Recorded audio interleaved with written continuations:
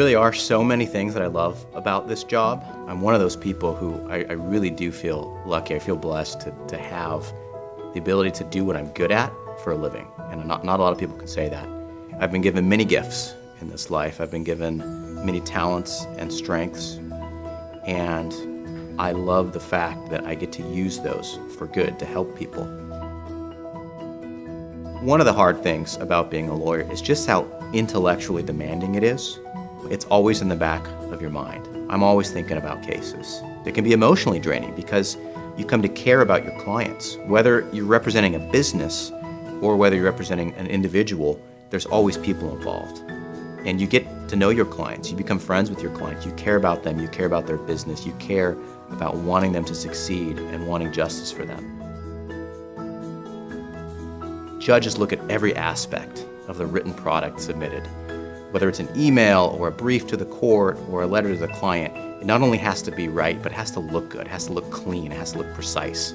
And so that's really one of the things I've taken into my own practice now is really giving a full package. It's a level of excellence in everything that I do. I think there's a lot of nuance in the practice of law and in litigation in particular. There's kind of the traditional way to handle problems, and there are cases and there are lawyers who do that, and there are certain types of cases that can be kind of formulaic. And I don't like to practice law that way. I like to think of every case as unique, and even though somebody has done something the same way 1,000,000 times for 1,000,000 years, I like to look at every situation and say, is there a more creative way to do this? Is there a more efficient way to do this? My dad was really kind of my inspiration, and he passed away when I was third year in law school, and it was the toughest time of my life. I was trying to study to graduate from law school. It was his absolute pride and joy that I was in law school. I was going to become the family's first attorney. He had cancer, and he was diagnosed, and 20 days later he died.